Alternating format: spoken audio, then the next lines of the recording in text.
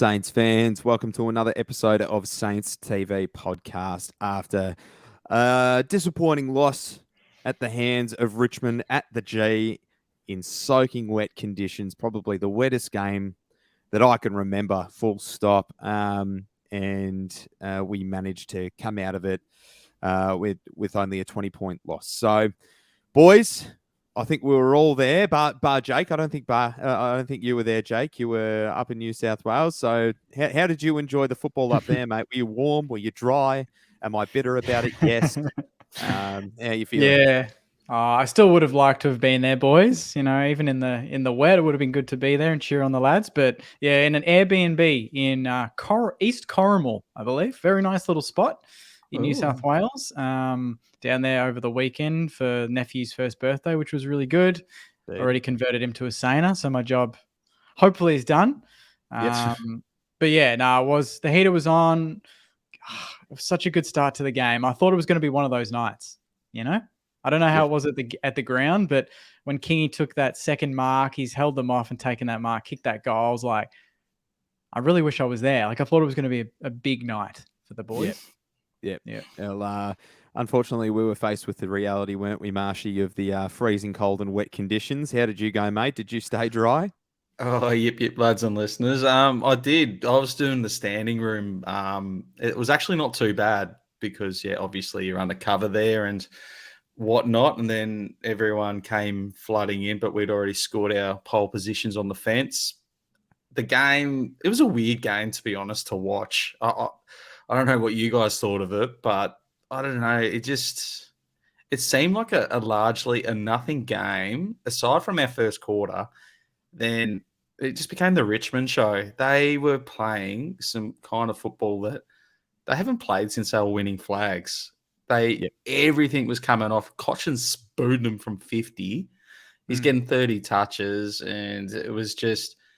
And then when the heavens came down, like, before the game, I was saying to my Tiger mate, I'm like, you guys must be doing a bit of a rain dance, hoping that it rains for them to get the advantage. But they just turned it on. When the rain came, it actually, I don't know, suited us. It actually didn't suit us at all. It was, but I will say, that's actually not my point. I don't know where with that voice. Where are you going with this, mate? So it was going somewhere, but then it's just gone down the wrong hole. Anyways, the most important thing I felt was the next day when we're going to get our coffees, we're going for a walk. It's bloody freezing down here, as we all know. And I was more than happy to put on my jacket, not because it looks fresh AF, but I was proud of the boys. And for me, that's a big barometer as to how we went, over the weekend. If the next day you can kit up and, walk amongst the streets, that's kind of how I felt about the boys. The effort was there.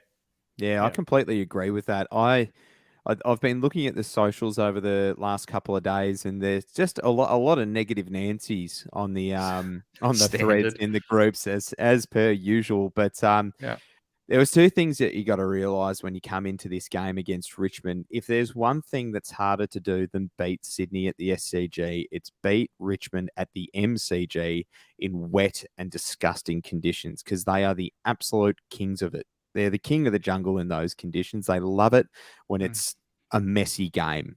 And we came out and we played some pretty brilliant football in that first 10 minutes and got 4 or 5 goals straight on the board. And we really put it to him. But then I think that the most disappointing part was that we weren't able to stop that.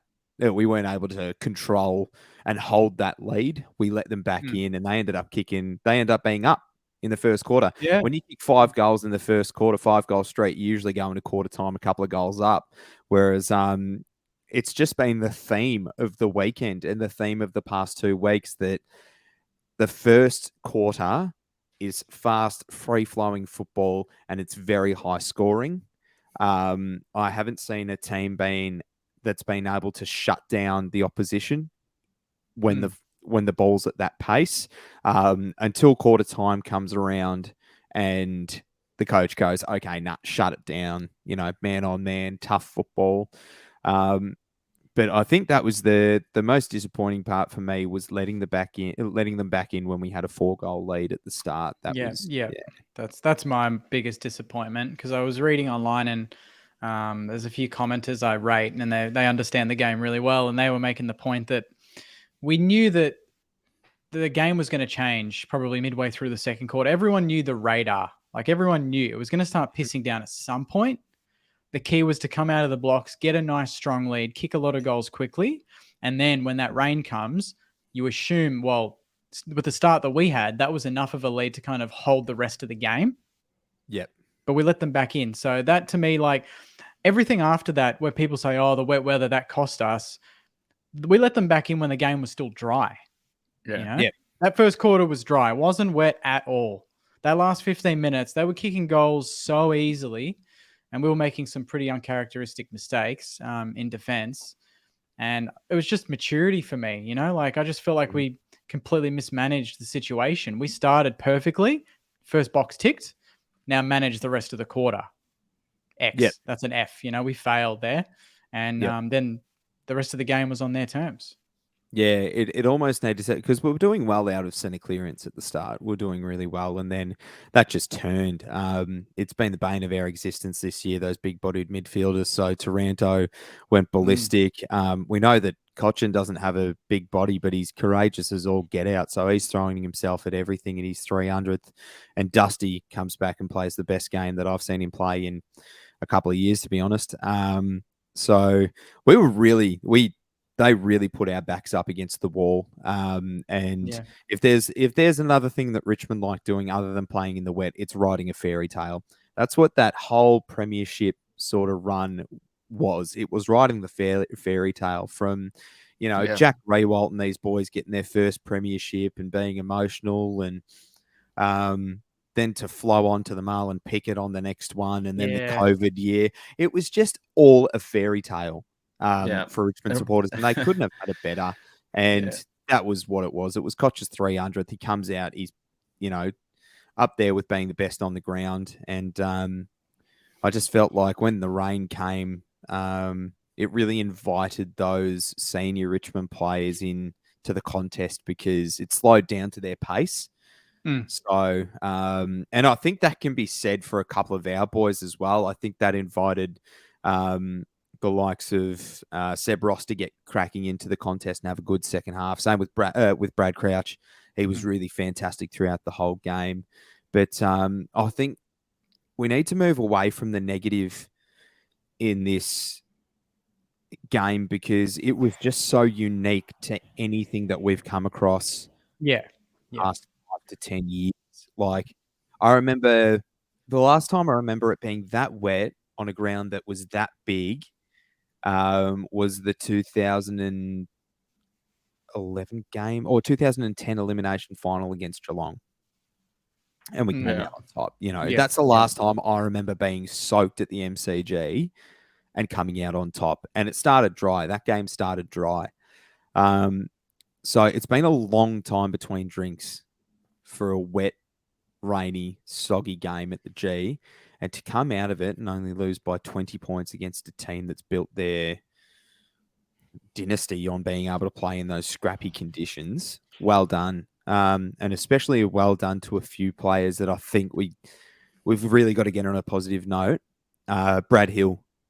Oh, he was so good. Yeah. So good. Kept running all day. And can you believe there's some dickheads out there still giving him shit? Oh, whatever. Mate. He couldn't have done much. The only thing he didn't do was kick a goal. That was it. Everything else he did. Well, I remember your theory, Marshy, that he was allergic to the wet. And, geez, he put that to bed. Yeah, that's it. Yeah. Didn't even have the long sleeve on. Yeah, that's it. I feel like he was at every single contest. He found himself being able to get to contests that he wouldn't usually get to because the ball was going a bit slower. So I think the Brad Hill, amazing game. Jack Sinclair, what can you say? He's a star in all conditions. Hail, rain, or shine. Good to see Naz still keep up that effort. Yeah, very unique game for him because he loves that clean ball under the roof. Yep. But he stood tall. I thought Dan Butler was very, very good. Obviously, he got Sainer of the round. No surprise. 3 goals against his old side. That was up there with his best game, I reckon. Yeah. That goal I posted earlier today where he kicked it in the 50 and then roved it. Classic Butler at his peak in 2020. That was. Yeah. Yeah, definitely. I feel like he's really come into his own. Over the past couple of weeks, he's been incredible. So it's great to see that if Jack Higgins isn't on fire, then Butler is. And if Butler's not, then Jack Higgins is. So it'll be a headache for Brisbane going into next week, deciding who they're going to put their, main mid-sized defender on, whether it's going to be Higgins or Butler. But you're right in saying that. I reckon that was his best game for a long time. That was awesome. This is the first time we've had both of them pretty much firing at the same time. It was always that conversation around, can we have both of them in the same team, because they don't seem to feed off each other or whatever. But they certainly are now. And definitely. And I thought his defensive side of the game, like Butler, we already knew that was pretty much his one wood, that and the crumbing on the fly. That was Butler. That was his game. But Higgins has really stepped that up this season. Yeah. His couple of goals were vital. That snap, was that in the third? From a fair distance out in the wet. It's not easy to do that. No, he absolutely nailed it. Max King, his first half was fantastic. There was just a couple of times where he was, I think he was probably just being a bit assuming of the boys up the ground, thinking that they could kick over 50 metres and get him out the back. And Noah Bolter came in front and just cleared the contest time after time. So he had a couple of opportunities to get us up. Unfortunately, they didn't come off. Not the best conditions for a bloke that's 6'8". But in those conditions, I'll say he did pretty damn well. So just got to fix up those leading patterns when he gets caught out the back. Yeah. The one thing I want to say too, and I said it in my review, and some people might disagree, but getting a bit too aggro when he takes the mark, I think he's just got he's getting just a little bit carried away, because that fired Bolter up. That fired the rest of the Richmond team up. Yeah. And from, like you said, a good first half, I genuinely think it was a good first quarter. Yeah. That's when he was at his best. After that, very different game. But he's got turning point. The turning point for me was when Bolter took that, really great one-on-one mark on him and then set off that train. And then ran off, And then they get a goal from that. They just go coast to coast, baby. And just far out. That started right after the second King goal, where he just kept going at him. It's like, just do that when the game's nearly done. Do that when you're kicking 5 or 6 on him, not your second. It's a bit early, mate. It's a bit early. Or do it before the ball hits you. That's what I want to say. Yeah, not King. after. Get aggressive before the ball gets to you. Don't be feeling around for him when the ball's there. Know where he is and get stuck into him before the ball gets to you, because that's when you really show your power. And if he wants to go at you after that, that'll cream at his confidence more than you taking a mark in front of 4 people and giving him a little shove. Yeah, exactly. And if you miss the goal after, he's doing it before he takes the kick, he misses the goal, then it's actually reversed and it starts feeding into his head a little bit. Mentally, he's not 100%.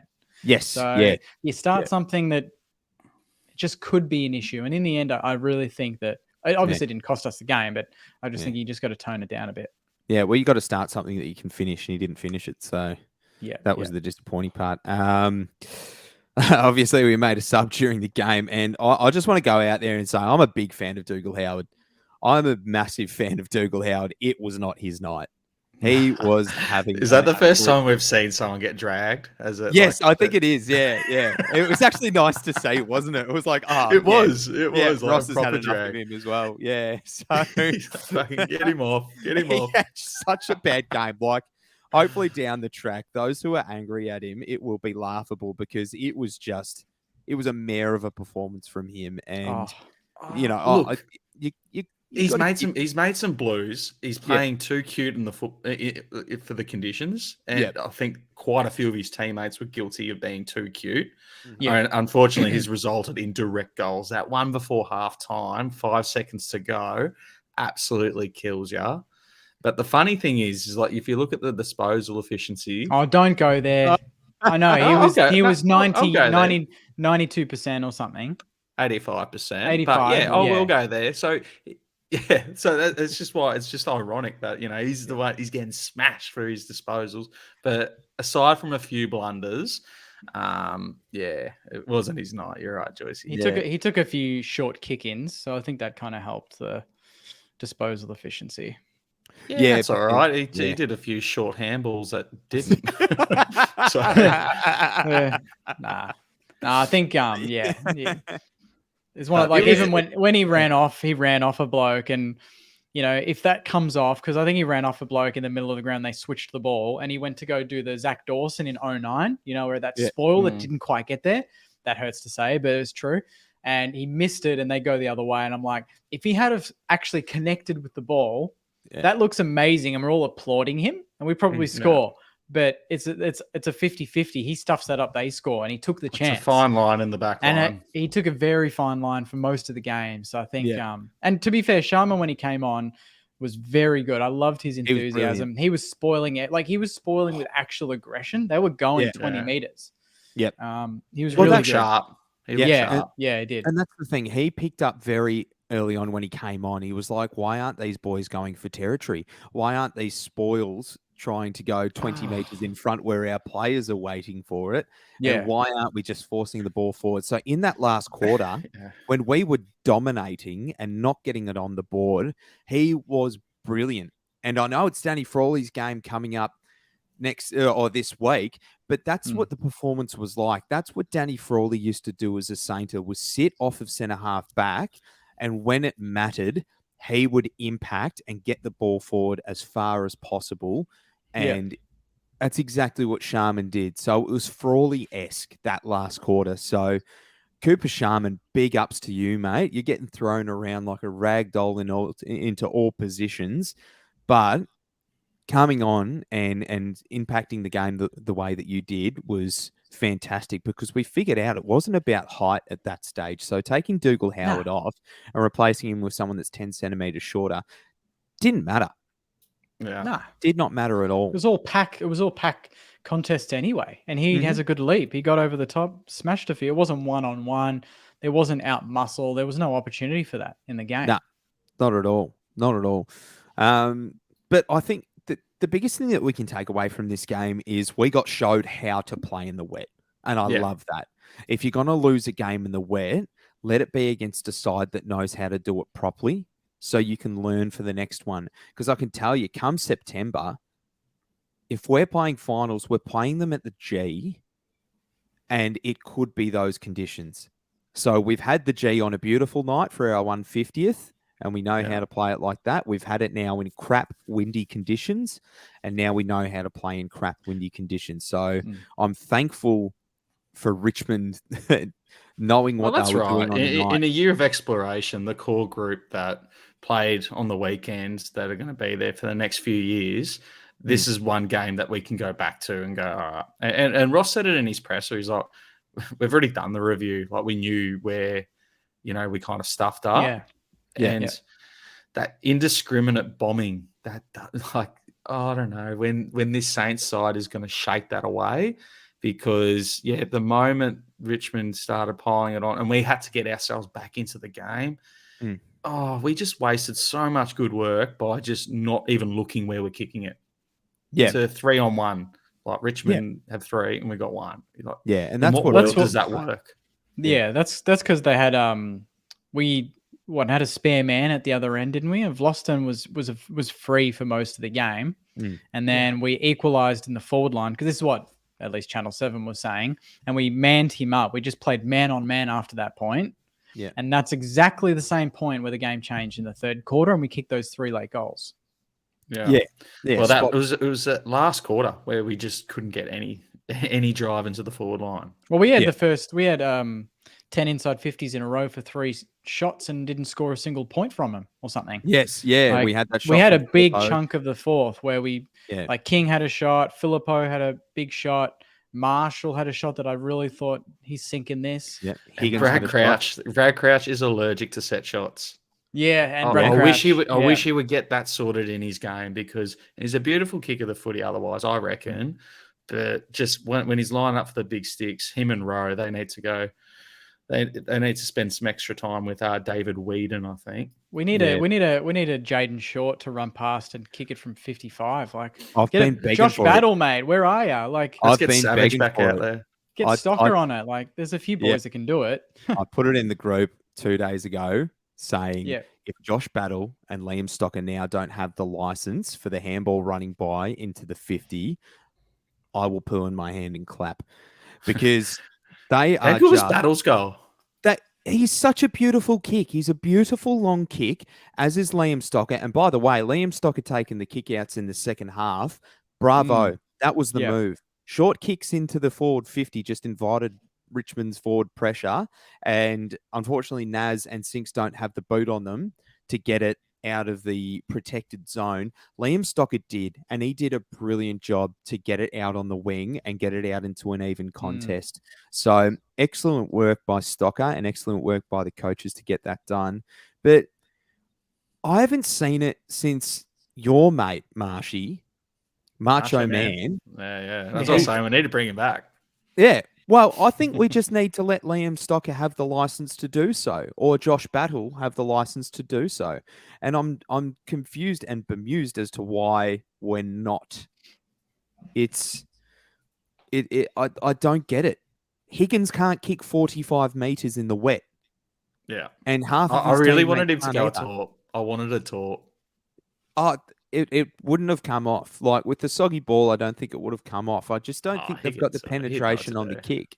Yeah. So I think we need to get people that do have penetration in their kick to be running past for those handballs outside 50. I swear we're the only team in the comp that doesn't do it. Maybe us and North. Plenty of other teams do it. Bloody Bulldogs use Bailey Dale to do it. Brisbane, Daniel Rich, There's Collingwood, Jordan De Goey. There is a plethora I reckon Filippo needs to be the man to do that. Yeah, he could be the one. Yep. He could be the one. I'm not sure what he's like kicking on the run. We haven't seen that yet. We've seen him take some set shots and he's really good. But kicking on the run might be a little one, another one. But if not him, use one of your half backers. They're pushing up for the zone anyway if it's a kick out. And you know what?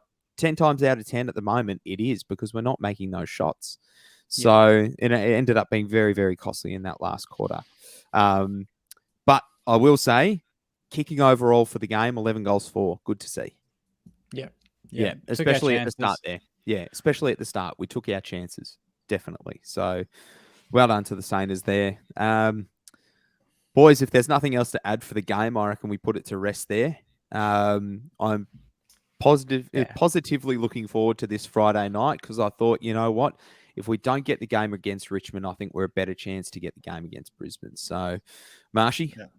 Lastly, I reckon Windy. I thought Windy had a really solid game. Yeah. And, those conditions kind of suited him when it got a bit wet. He had a really good presence throughout the game, I thought. And his compadre in Machito, he didn't get massive numbers stat-wise, but he still got, I think, like 8 tackles or something. He just competed, kept himself in the game, even though it wasn't going his way. And they're things you really love to see from the stands.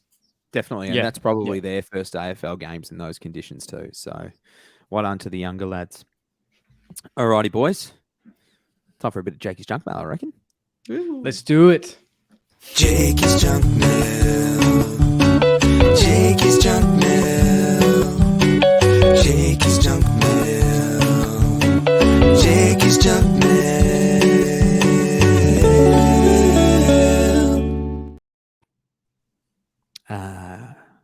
Rick, please. Jake. This one's from Jacques. It's a Jacques. Jacques and then Jacques. Jacques Kelly. He says, with Hammer as the second tall forward, could Memory be moved to the back line? Feel like he showed a heap of good stuff down back, particularly as an intercept mark when Rats was moved him there last year. Memory back line. I don't think he's tall enough maybe to take that centre half back role, but I I was chatting about this with Dad a couple of weeks ago, and I think I brought it up on the potty. But he said an interesting move for Membry might be the wing, and to play that attacking wing role, which I think would suit him better rather than putting him down back this late in his career. And I think the hammer, I reckon he needs to go to Sandy and just get back to dominating a game. I'd like to see how we go. Yeah. Yeah. He looked like a fish out of water, in water. On the weekend. He got his goal though, which was good. So that was really well done. Took his opportunity. But again, it's probably his first run in these conditions at AFL level. Mm-hmm. Yeah. We've got one from Melvin from Vanderlei Industries as the subject. Seinfeld reference there, boys. Yeah, got it. Not wanting to look too far ahead, but we have been told that this year would be about finding out who will be in our team for future seasons. Who do you think is not part of Ross's plans after this year? I feel Jones will probably go, too injury prone. Billings needs a fresh start for his own sake as much as the team's. Gresham seems like he's on the way out too. Thoughts on these players, and who else do you think might be out the door come year's end? From Melbourne. I think we have to wait and see, especially Billings and Jones haven't played yet under this system. So hopefully they can before the end of the year, but we've committed to Billings. So, it would have to be something pretty, I'd say drastic nearly for him to go somewhere else. Yeah. But, I don't know. I think most players have improved this year. But can you think of anyone that's really gone backwards? No. To this point. Well, I was going to say, I think that Gresham's been exposed a little bit now, with the game style that we're playing. I think he's been exposed a little bit, but other than him, I can't say confidently. Maybe Membry's taken a step back, but he's been impeded with his preseason and whatnot. But the same with Steele too, you'd say. Yeah, same with Steele. Yeah. This one's from Chad. We have had our players not picking up players off the ground, Ginnivan and Patton, at the start of the year, but we then have players over the weekend going back to see how a player is after they accidentally hit their head while the ball is still in play. The ruthless nature was evident at the start of the season. Where has it gone? Oh, look, I don't mind players checking on other players and whatnot. But if you can actually impact the contest, and you're not impacting the contest and checking up on an opposition player, I'd be saying get back to the ball. But that's something I always did. If I collected someone with my elbow, if I was going up for a mark or anything like that, you just go, shit, you're right. And they go, yep. And then off you go. Yeah. So this one's duty of care. Absolutely. This one's from Luke. Will anyone at the presser this week point out to Ross that it was in fact Jack Steele himself who reported on his knee and not something that was just out in the media? Steele clearly is not right. Because I think, Ross said that was something that the media has said, but there's nothing wrong with him. Yeah. But Steele, I believe, has said that he's a bit of a knee complaint. So he's not right. Like, you can tell. Yeah. No, he's not right. We're not blind. Like, we know Jack Steele's a much better player than what he's showing. Mm-hmm. Who were the mids that didn't play? Who were available on the weekend that didn't play? For us? Would it be Bytel? Yeah, Bytel's the only one. Yeah, he's the only one. So I dare say if there'd been another one, because like Bytel himself, was that his second week back from a concussion or what have you? I think it's his. Was he an emergency? Sorry, I don't know if he was an emergency. I think he played on the weekend VFL, didn't he? I'm just trying to remember if I saw him. I think he might. But yeah, very early days. You wouldn't have brought him in for this game anyway.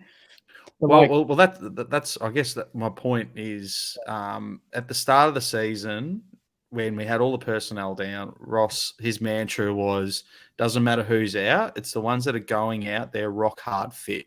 That's it. Yeah. Steele is not rock hard fit, or at least it doesn't seem like it.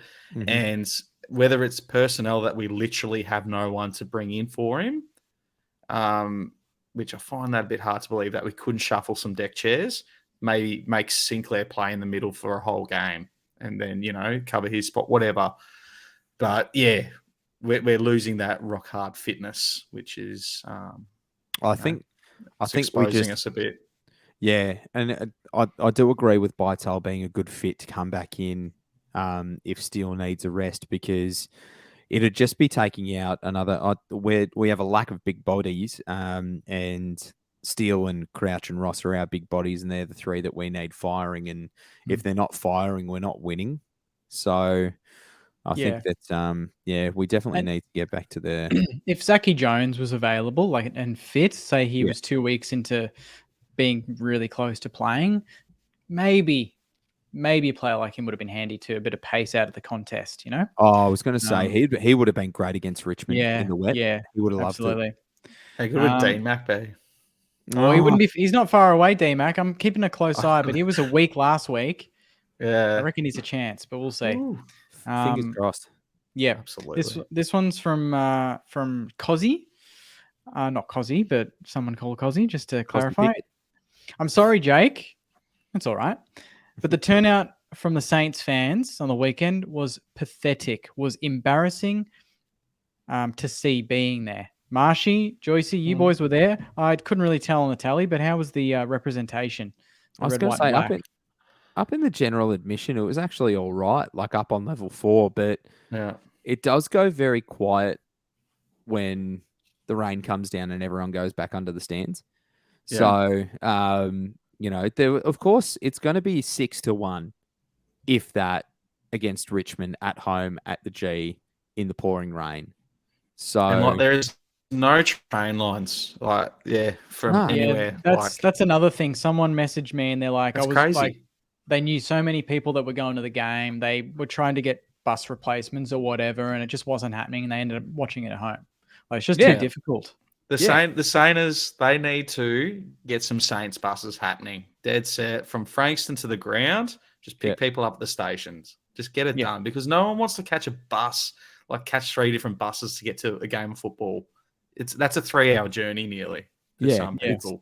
That's outrageous. How much does it cost to organise? Can we do it? No. Bloody hell, I'd do it if we had the money, but be nice. Yeah. This one's from Gil. If McWalter doesn't get the Richmond gig, wouldn't it be nice for him to join the Saints? He's looking Ross already tried to poach him. Yeah, he did. Yeah. He's looking good. I was going to say, wouldn't it be nice to have someone like him who was a mastermind in the forward line, coaching our forward line? Yeah. Just knows how to one of the best, 15-meter angle kicks going around 10 years ago. He was, and leading patterns. Good at him. He was so good at putting on a little distraction lead so the big boys could come out behind him. He was brilliant. This one is from Thomas. Butler should start being in all Australian conversations. What do you think? That's big. There's a few good smalls already, like obviously Cameron, who will face on Friday, is right up there.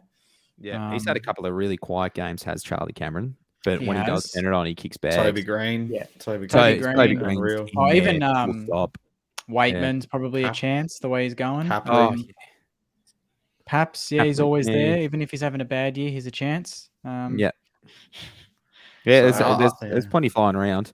And then the smaller fleet at Collingwood are doing really well. And they always put bloody midfielders that can't get into the midfield, like Petrarca or Degoe or whatever. They'll put them Dusty. They'll put Bonds or Dusty in a forward pocket, and you're like, they haven't played there all year. But anyway.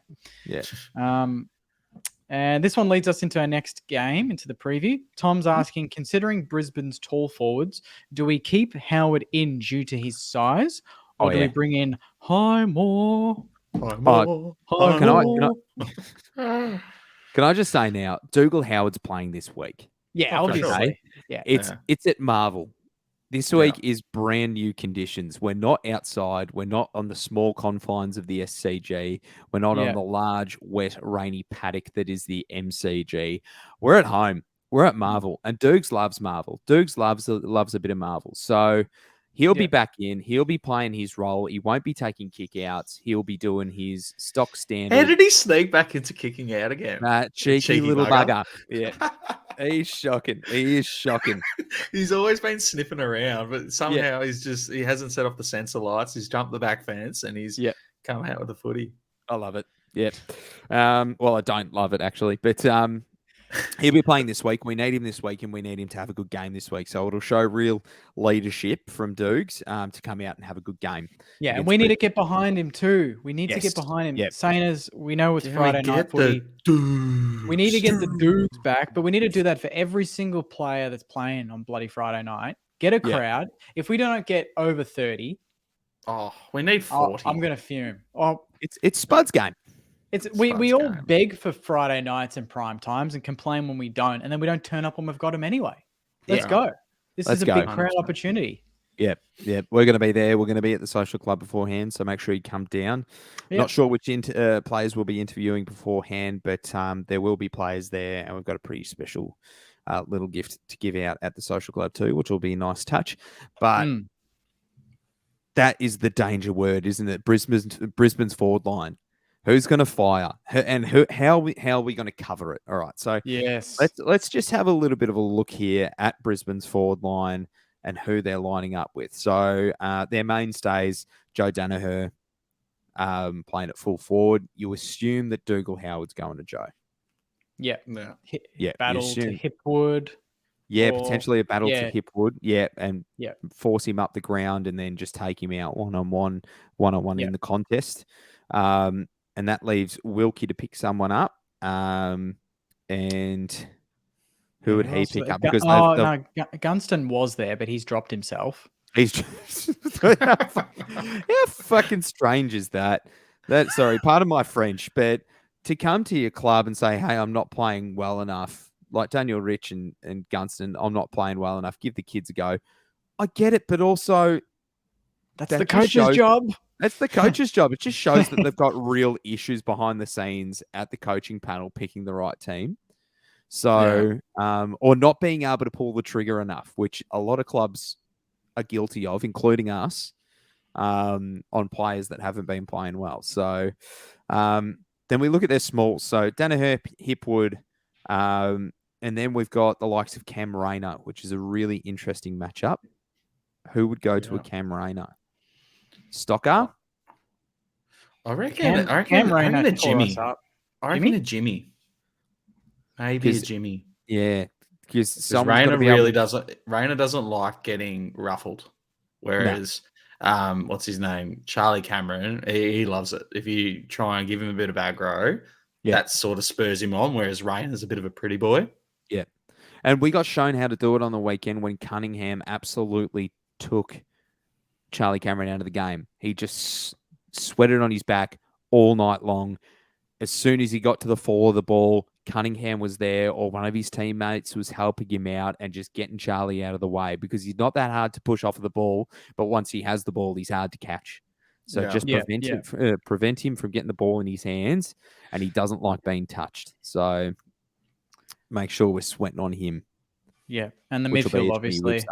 Yeah. Obviously, is massive with Dunkley and just killing it, Neil and Ashcroft, McCluggage, Bailey going through there.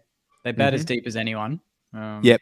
They're a scary-looking list. They are a really scary-looking list, but what we can't be intimidated by is the names. So we've got it. Like we got the goals early on the board last week. We've got to do that again against Brisbane. But Brisbane are a team that are full of ego. 100%. You can't let them stroll onto Marvel with any ego. You need to take all their ego out of it. And I dare say Spud's game is the perfect one against Brisbane to just calm them down before the match and go, hey, no. This is bigger than you. This is bigger than your ego. This is about your mates. Just a solid reminder to them that, hey, football's a bit bigger than your attitudes. So I think it comes at a good time because I reckon they're the biggest egos in the AFL at the moment. Yeah, and they approached the Hawthorn game exactly the same way we did. They didn't learn from St Kilda's loss. They did the same thing, underestimated them, they got done. Yep. Except they got Spot done on. for 4 quarters, basically. I mean, we probably should have, but Yeah. like we just got to manage them, because I think in previous years when we've played them, like last year, we worked our way back into the game when we just got in their faces and got really physical, and they didn't like Mhm. it. But when the game was uncontested and long bombs, they were kicking goals and making us look a bit silly at times, So Yeah. just got to play as if it's wet again, get in their face, smash them. I don't think we need to tag anyone. Do you? Nah. Just go man on man, one-on-one, beat them there. But we need the leaders to lead. We need them to go, okay, well, if Lockie Neal's getting out of hand and he's getting too many touches, Seb, Steele, Crouchy, it's your job. Windy. No. It's your job to tell Windy it's time. Okay. Oh, yep. Gotcha. You know what I mean? Yep. We need some more on-ground calls. We need some quicker calls. We can't just keep having the calls being made at quarter time, three-quarter time, half That's time. right. It's That's too late. Where you look at teams like Collingwood, you got Pendlebury out on the ground. He's basically a coach. That's what Luke Hodge did for so long. Yep. We just don't have that at the moment. I know they're pretty big household names, but the on-field communication, you're right, Joycey. We should have players that, know enough about the game and can surmise the situation and go, we need to do this a little bit differently. Let's do it now rather than wait until we get into the sheds and they've kicked another 2-3 goals on us. Yes. Yeah, spot on. Yeah, it just can't happen anymore because we're bleeding a bit at the moment. We like to bleed at the moment. We can't let it happen in this game. We've got to stay with them the whole way through and be there for the arm wrestle, because it's not going to be a blowout. It's going to be a tight contest. Go on. No, I was going to say, in the last couple of games we've played, maybe the last 3 or 4, there've been big swings in who's ahead. Like the Hawthorn game, we were up by 20 and then we lost. The Sydney game, we were up and then down by 20 and then we win by about 15. In this game, we're up by over 20 and then we lose by 20. So there's not the worm is just going all over the place. That shows that we're just not in the game for 4 quarters. Yeah. They're 10-minute momentum swings at the moment. They're not 5 minutes. Traditionally, it's like 5 minutes will go your way, 5 minutes will go the other way. Whoever makes the most of the 5 minutes will win the match. Yeah. It's longer now. Like we saw Richmond dominate, and then in that third quarter, in the last half of it, we all of a sudden pile on all these goals and we're back into the contest. So we're never out of the game, but we just need to be on the other side of the ledger where we are ticking over and making the most of it. Earlier on, especially in those second quarters. Our second quarters have been pretty average, so we need to pick up there. It'll be interesting to see coming into this game. They usually come in with 2 designated ruckmen, so they come in with Oscar McInerney and they come in with Darcy Fort. So 2 bloody tall characters, 204 centimeters apiece. Are we coming in with Campbell? And are we having a tactical sub to say, okay, if it's not working, he comes off and we're using our tactical sub? Because they're one of the only teams this year that are coming in with 2 designated ruckmen. I think they're going to back in row. I can't see Campbell coming in. Yeah, but in terms of giving Rowe a chop out, usually you get Owens or Caminiti to go in there against someone that's only 3 or 4 centimeters taller than them. This is 10 centimeters taller and 10 to 20 kilograms heavier. Yeah, these are big boys. Like last week, McInerney got 46 hit-outs, 18 disposals, and a goal. That's bloody crazy numbers. Ford only got 8 touches and 7 hit-outs. So I don't know if he didn't play much of the game, but he didn't do anything. And he was subbed off as well. So there's, who knows, they might not even play him this week. We'll see what the team's like, because those numbers, you kind of don't really, there's not much value in 7 hitouts when McInerney's getting 46.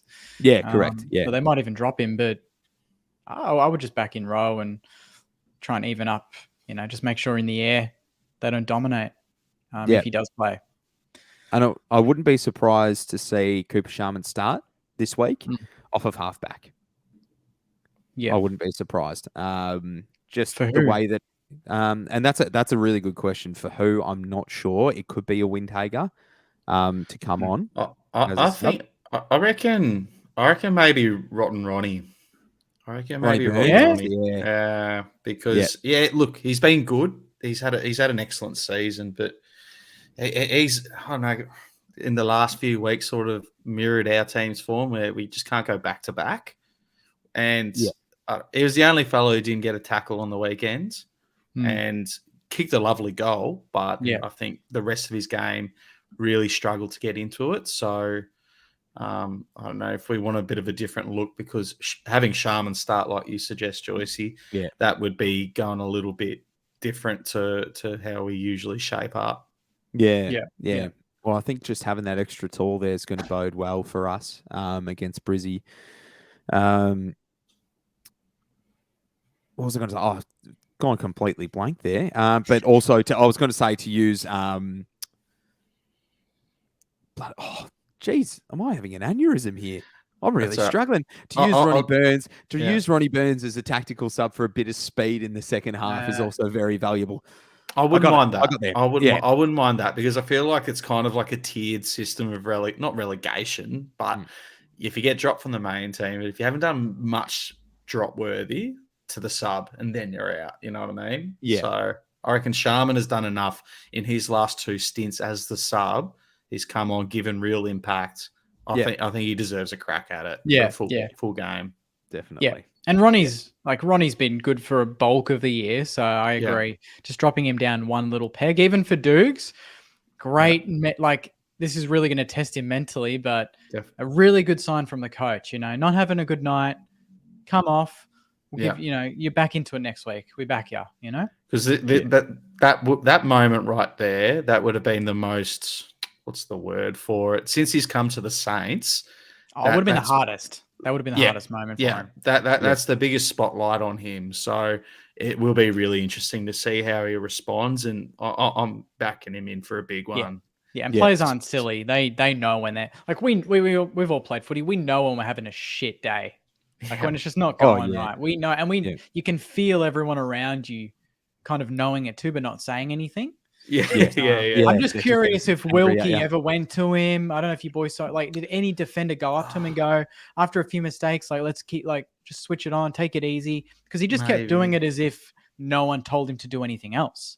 And it's that's that leadership we talk about. Wilkie, you're the leader down there. It was kind of that night, because even Wilkie himself, he looked completely frazzled on the weekend, and that.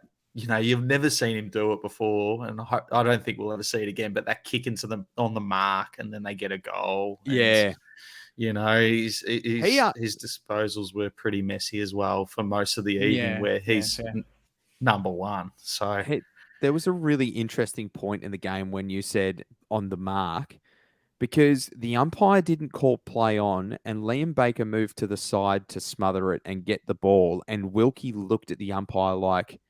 Yeah, actually, now you say that, because I had a few great Northerns on the evening, but now that you say that, there was one fella near us that was irate about it.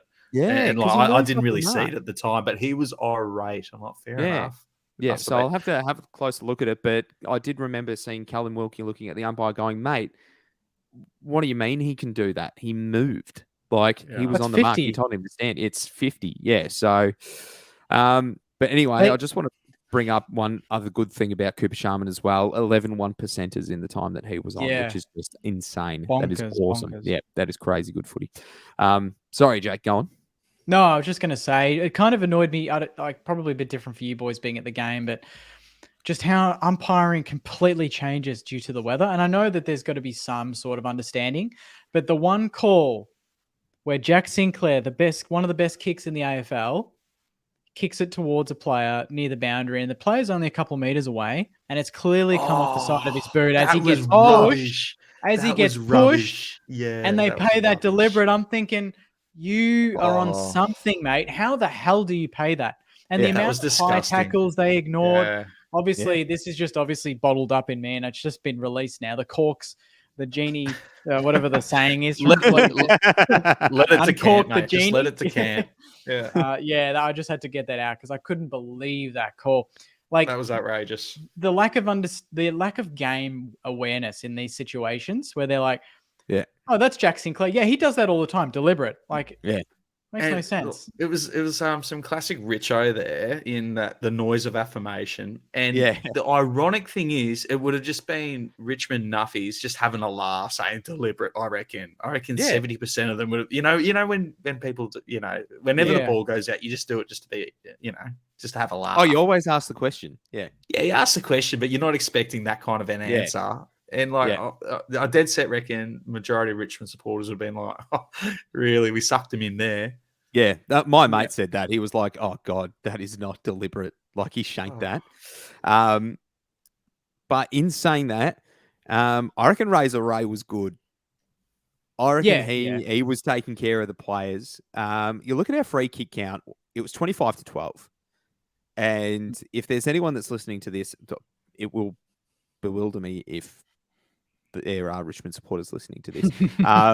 But the reason that the free kick count was so crazy one way was because Richmond were absolutely ballistic.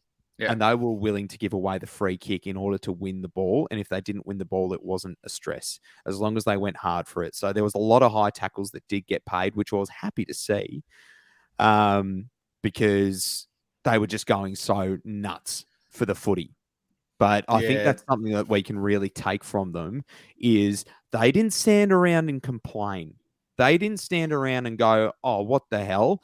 They got on with it. They were like, oh, yep, I did play on. I'll go set up. I'll go do the team thing. I'll go do the team thing and run back behind the ball and make sure I'm taking a player. So I thought that was really great to see that out of those 25 free kicks, barely anyone complained from Richmond. It was just get on with it. We're here. They're a disciplined unit. They are so disciplined. And I think some of the people whinging online about the result have kind of forgot that Richmond are genuinely a good team. Like the ladder does not reflect how what they're here to do this season. Mm-hmm. And they've got a lot of good players in their lineup still. And I think Hardwick pulling the pin was just a mark. That's leaving a legacy. If you want to talk about legacies, he's the only coach to ever walk out on his own terms, middle of the season, but with the team in picture going, all right, I've done what I can. Mini, you go in there, spice things up a little bit, and let's see if we can save this season. And they're riding their own fairy tale at the minute. It's disgusting to say. It is so disgusting. Let's ride a fairy tale on Friday night, boys. That's right, boys. Spud. Yep. So we've got something pretty special coming up tomorrow. We're going to be doing some interviews at the Spud Frawley Centre. Yes. So we will be releasing that during the week leading up to Spud's game. Make sure you go and get your scarves. The scarves are coming out. They're much like the 150th commemorative scarves. They even have the 150 logo on there, but it does say Spud's game across the back. So it is just a great looking scarf. I'm going to get myself one because I reckon I'm going to dish this one off to Tegan. That's going to be her footy scarf. She wore it proudly on the weekend. And it's going to be a great night. So make sure you come down. They've got the scratch match on beforehand, which will be funny. There's a few older players that are getting the kit back on and getting out there, and a few volunteers as well, or a few people that have been called up for the game. So it's going to be a funny one to watch. There was a glaring omission, I thought. Yeah, a very glaring omission with a couple of the runners. They've got... Go on. I'm just saying, no sour grapes over here. Just some fresh ones in the glass. However, James and what is it, James? Connor? You mean Caden? Caden and Connor. Caden and Connor. Caden and Connor. We've got one fella who's a Blues supporter, being Connor. Yeah. Who tipped us to finish last, but anyway. Finish last. That's like getting David King to come in and cut up our oranges at half time. And do our best and fairest, And he's exactly. Too, so he can suck eggs. Yeah. So anyway, it's not bitter at all. Nah, I'm sure you're not. but one thing, the elephant in the room, and I know we're going to be touching on this game in a lot more detail tomorrow, so I'll just keep it tight.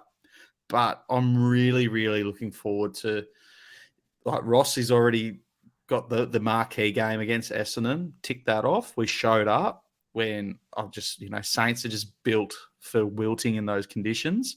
Yep. And we've seen that the first two iterations of Spud's games have, let's be honest, they've been downright horrible.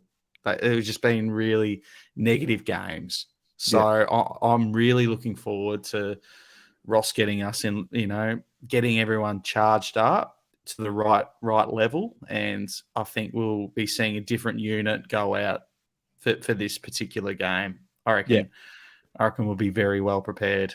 Couldn't agree more. Yep. Marshy, have you got a minute? Oh, a super quick one. We're boy. We're gonna get the song in there. Marshy's minute. Marshy's minute. Marshy's minute. Marshy's minute. All right. So we were standing behind our goals, and whoever sent in before the junk mail about the Saints crowd, fair cop. Like it was a pretty average turnout from Sainers, and that extends to aisle 29. Everyone was a little bit soft on the weekend, so it was a skeleton crew, but we still turn up and make some noise for the boys.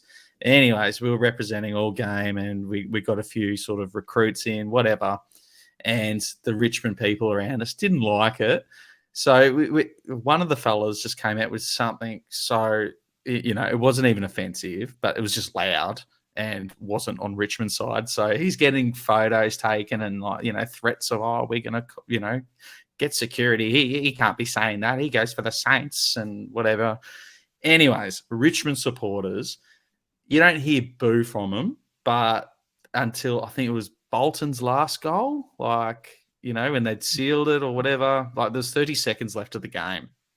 That's the only time they all got up and gave it the Richmond. That's the only time you heard them all game. And they're turning around, giving us grief. And you're like, blokes, we have not heard you all night. You're nothing but a pack of cowards. So, Richmond, I can't wait to see them next time under the roof. We know they don't like to travel there. They are in so much trouble. I love that every minute lately has just been attacking the opposition fan base. The enemies that you're going to create just because of Marshy's minute. Oh, good. I love it. It's going to be amazing. I love it too, but bloody hell. I just wanted to finish on a bit of a positive note as well. Yeah. I know that there's been some tiffs between aisle 29 and the cheer squad and whatnot, but to those who were sitting at the cheer squad front row, good on you. That was the bloody worst conditions to sit in, but that is just ultimate loyalty and Saints footy. So to the cheer squad that was there on Saturday night in 8 days, blistering wins. Tiffs of the cheer squad. Mate, I'm just going off of what I heard, all right? And circulating. I said we're going to finish on a positive note, boys. Wasn't dragging me under the bus. I love the cheer squad. Shitting on Marshy and up in the cheer squad, but I just want to say that was great to see in the soaking week getting the ponchos out. So that's old times. Corey came up afterwards, just like you know what rat, like he was just absolutely done. But he represents every week. Love it. Yeah, that's the way to do it. Alrighty, Saints fans. Well, to the lovely tune of Saints footy, we'll leave you there. We'll see you all on Friday night at Marble. Yes. I can tell you first and foremost that if we get up, platform 28 will be wild. Yum, yum, yum, yum, yum. All right. Proudly brought to you, of course, by the Bentley Social. So, boys, without further ado, it's been a pleasure, and we'll see you on Friday. Go Saints. Go the Saints. I really love my Saints footy, and I love the feeling, soldiers of family. Oh yeah, Saints footy, Saints footy, Saints footy, Saints footy.